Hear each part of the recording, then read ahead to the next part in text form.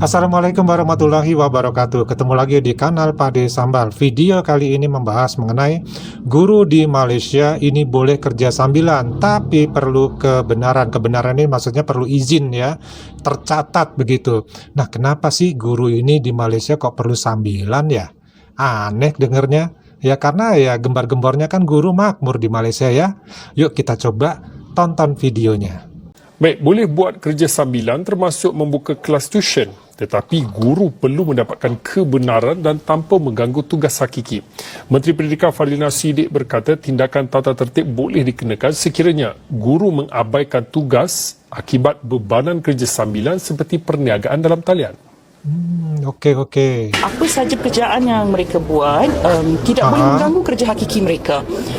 Dan harus ada kebenaran lah. Jadi kalau nak menjual online pun mesti ada kebenaran dan tidak boleh dilakukan semasa melaksanakan kerja-kerja hakiki. Jadi pesan saya maknanya tumpu dan fokus pada PDP, kerja sedia ada, dan ini komitmen kita lah untuk meningkatkan kualiti pendidikan negara. Jadi kita perlukan guru yang fokus dalam kelas dan khususnya PDP. Sementara itu, Fadlina menafikan dakwaan pihaknya tidak cakna dan prihatin dalam menangani masalah guru duka lara. Jelasnya pihaknya turut memandang serius isu tersebut dan permohonan pertukaran mengambil kira banyak faktor dengan semuanya dilakukan mengikut proses sedia ada. Kita tak boleh nak tukar itu semata-mata kerana tukar, tapi mesti melihat pada keseluruhan keperluan dan juga profesionalisme guru. Dalam masa yang sama, pertukaran ini yang tertinggi lah yang setakat ini yang kita tangani adalah pasangan jarak jauh. Jadi memang kita memberikan keutamaan kepada isu-isu pasangan jarak jauh, dan sebagaimana yang saya sebut tadi, kita buka sepanjang tahun, tetapi pertukaran itu hanya boleh berlaku ketika cuti sekolah. Jadi itu memang keutamaan kita. Beliau berkata demikian selepas majlis ramah mesra bersama warga Institut Pendidikan Guru kampus Datuk Razali Ismail Kuala Nerus pada Rabu. Oke, sebentar ya teman-teman. Jadi ceritanya ini ya, yang Pade baca dari beberapa informasi, ini ternyata banyak sekali guru-guru di Malaysia ini mengajar ya, bekerja mengajar itu sembari bermain dengan handphone atau media lainnya untuk melakukan semacam bisnis ataupun ya perdagangan ya, ataupun ya namanya job size istilahnya ya, di saat sedang mengajar. Jadi ada yang bermain TikTok, mungkin ada yang bermain yang lainnya, kita tidak tahu pastinya. Tetapi itu dikerjakan di saat sedang mengajar. Tentu kalau hal ini dilakukan, itu mengganggu ya proses belajar mengajar. Inilah kenapa salah satunya perlu ditertibkan oleh Kementerian Pendidikan di Malaysia. Oke ya, tapi sebelum Pak dijelaskan lebih lanjut lagi, lanjut dulu nih videonya. Sedangkan cuti sekolah sebulan, guru mesti datang ke sekolah cuti, buat apa-apa masalah kerja, cuti ya? sebab cuti hanya murid bukan untuk cikgu. Okey. Sama pakainya. Sibuk usik jadi cikgu. Sibuk usik cuti cikgu. Ngamuk. Tak tahu lah apa masalahnya. Tapi tak ada orang pula yang usik pasal kami keluarkan duit sendiri untuk student. Tak ada pula yang usik kami terpaksa hadap dengan kes-kes kena su sebab marah anak lah. Zaman dulu kena penampar pun kita biasa je.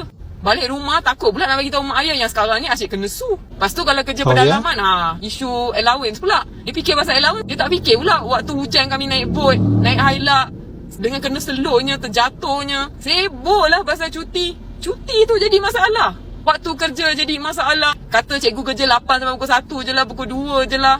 Tak tahu pula yang kami hadap 100 kepala yang berlainan setiap hari. Itu belum lagi kalau sekolah sama jadi warden pula tu. Siang malam hadap budak je. Benda tu okey je, tak jadi masalah. Jadi masalah masa dipertikaikan. Ya, teman-teman. Jadi guru di Malaysia itu rata-rata ya digajinya itu RM1.500 Malaysia atau mungkin sekitar 5 juta lebih ya kalau dirupiahkan. Dan ini seharusnya lebih dari cukup dibandingkan ya atau ketimbang ya gaji guru di Indonesia pada umumnya yang masih di bawah itu. Nah, ini pun mereka belum merasa sejahtera. Ya, kita lanjutkan. Okay, so aku ada jumpa post ni yang mencadangkan supaya waktu bekerja guru sama macam waktu bekerja penjawat awam yang lain. Okay. Topik ni bagus juga sebenarnya sebab aku tak pernah jumpa lagi siapa-siapa yang kupas benda ni dengan lebih mendalam dari aspek psikologi. Okay. Dan aku ada buat research jugalah, dan dapatan aku tu pun agak menarik. Sebabnya, yelah kalau kita nak compare betul-betulnya orang marah tau. Baik, dalam dapatan aku tu, kerja mengajar, tak kisahlah cikgu ke, pensyarah ke, pengajar tutor ke, pengajar bengkel ke, kerja mengajar ni dia sebenarnya sama sahaja seluruh dunia. Waktu mengajar ni pendek. Okey, itu yang pertama lah. Ibu pensyarah pun walaupun balik pukul 5, tapi kelas dia tu akan ada mengikut jam-jam tertentu. Jadi daripada dapatan aku tu, apa yang menyebabkan waktu pengajar ni pendek, dia sebenarnya melibatkan penggunaan badan tau, terutamanya mental. Penggunaan mental dan juga fokus yang terlalu lama dan terlalu membebankan akan menyebabkan badan tu keletihan. Bagaimana dia mengukur badan tu letih? Dari segi penggunaan kalori. Okey, fokus dalam masa 60 minit. Okey, dalam masa 60 minit, jika mental tu fokus selama 60 minit, selama sejam, fokus tu adalah untuk mengajar, pembakaran kalori sekitar 200 hingga 300 kalori boleh berlaku. Okey, dan berbezanya mengajar ini dengan mereka yang bekerja secara rutin. Mereka yang bekerja secara rutin ni mungkin mereka yang berada di office lah, yang mana mereka lebih banyak bergantung kepada ingatan muscle. Okey, maknanya dia bekerja secara rutin. Maknanya setiap hari tu dia tidak membuat perkara yang baru. Okey, kalau macam mengajar ni, setiap hari adalah perkara yang baru. Walaupun topik setiap tahun guru mata pelajaran yang sama, tetapi setiap hari itu adalah topik yang berlainan. Okey, jadi dekat situ perbezaan ketara dekat sini adalah dari segi penggunaan mental. So dalam masa sejam untuk mereka yang bekerja secara pejabat dan sejam bagi mereka yang mengajar, penggunaan kalori itu sangatlah ketara. Mereka yang berada di office, mereka yang buat kerja secara rutin, penggunaan memori sekitar 80 kalori sahaja dalam masa sejam. Berbeza dengan mereka yang mengajar, dia membakar sekurang-kurangnya 200 hingga 300 kalori dalam masa sejam. Okey, nampak tak? So dekat sini, apabila kita sebut tentang penggunaan kalori, pembakaran kalori yang tinggi, dia akan menyebabkan kepada efek pada badan lah. Kita akan lebih cepat penat. Dan bayangkanlah mereka yang mengajar, yang mungkin ada 4 kelas sehari, berapa banyak kalori yang terbakar.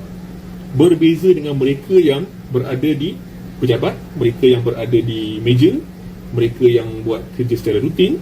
So mereka ni boleh bertahan daripada pukul 8 pagi sampailah 5 petang dengan kehilangan kalori yang tak sebanyak mereka yang mengajar lah. Okay, so dekat situlah terjawablah kenapa waktu mengajar bagi mereka yang bekerja sebagai pengajar adalah lebih pendek daripada mereka yang bekerja secara rutin. Okay, so nak cakap ada tak ada tu terlalu subjektif lah. Dan kalau kita cuba ingat balik lah semasa kita berada di sekolah dulu, berapa lama je kita boleh bertahan untuk study? Rasanya maksimum 40 minit tu pun dah rasa dah tepu dah otak. Sebab apa? Yes, penat mental. So terpakailah kepada mereka yang bekerja secara mental ni. So pekerjaan untuk guna mental ni bukanlah cikgu saja, banyak lagi yang sebenarnya. Kalau dekat multinational company, bahagian CEO semua tu pakai otak je. Tapi samalah, keletihan tu sama. Cuma berbezanya dengan guru ni adalah pekerjaan mereka tu dilihat oleh orang lain dibandingkan dengan orang lain. Jadi kalau ikutkan kita tak boleh banding lah. Setiap orang tu ada beban kerja masing-masing. Okay, so wallahualam. Assalamualaikum. Ya, teman-teman, dari video tadi ini sudah memperjelas ya bahwa tugas dan tanggung jawab seorang guru itu sangat besar sekali dibandingkan ya dengan mereka yang bekerja bukan sebagai guru. Nah, di sini tuntutannya adalah bahwa seorang guru di Malaysia itu diminta bekerja seperti seolah-olah jam kerja pegawai biasa, yaitu dari pagi mungkin sekitar jam 7 atau jam 8 sampai dengan jam 4 atau jam 5 sore. Hal ini tentu saja memberatkan bagi para guru. Kenapa? Karena seperti yang diuraikan dalam video tadi bahwa beban guru itu mengajar itu mempunyai permasalahan setiap hari yang pasti berbeda-beda dan cara mencari solusinya pun itu akan berbeda-beda. Kenapa? Seorang guru itu menghadapi murid yang jumlahnya itu lebih dari satu di dalam satu kelas, tentu cara mengatasinya pun akan berbeda-beda. Ya, walaupun memang dalam pengajarannya adalah bersama-sama. Ya, beda dengan orang yang kerja kantoran. Misalkan dia bekerja sebagai juru ketik misalkan, maka dia tugasnya hanya mengetik saja, tidak ada yang lainnya. Misalkan dia sebagai kasir, maka dia tugasnya adalah menerima dan mengeluarkan uang saja. Dia tidak menghitung account keuntungan perusahaan atau kerugian perusahaan. Jadi fokus hanya satu pekerjaan, dan itu tentu saja sangat mudah dibandingkan dengan guru ya, yang setiap hari pekerjaannya selalu berbeda-beda. Dan yang menjadi fokus Pade bukan di sini, tetapi adalah Pade kaget kenapa guru yang dikatakan sejahtera hidupnya di Malaysia, karena gaji guru itu sangat tinggi di Malaysia. Guru itu sangat dihargai, ya, sangat dihormati, makanya gajinya itu tinggi. Kok bisa ya mempunyai kerja sampingan? Bahkan ketika mengajar ada beberapa guru yang melakukan kerja sampingan seperti live TikTok ya, ataupun yang lainnya. Bahkan ada guru juga yang memberikan semacam pemasaran ataupun marketing asuransi yang dipasarkan kepada para siswanya. Nah, ini menjadi pertanyaan, apakah gaji yang dikatakan besar tadi itu tidak mensejahterakan guru ini? Ya, ini heran aja ya, karena apa? Banyak video yang dibuat oleh para konten kreator, baik itu konten kreator dari Malaysia ataupun konten kreator TKI Indonesia yang pro Malaysia, mengatakan dan memuja-muja bahwa kalau bekerja sebagai guru di Malaysia itu akan makmur, akan sejahtera, bahkan sempat ya mengajak para guru Indonesia itu untuk bekerja di Malaysia. Tapi kenapa ya faktanya seperti ini ya, bahwa guru di sana ada kerja sampingan. Artinya apa? Kerja yang mereka lakukan sebagai guru, gajinya itu tidak mencukupi kebutuhan.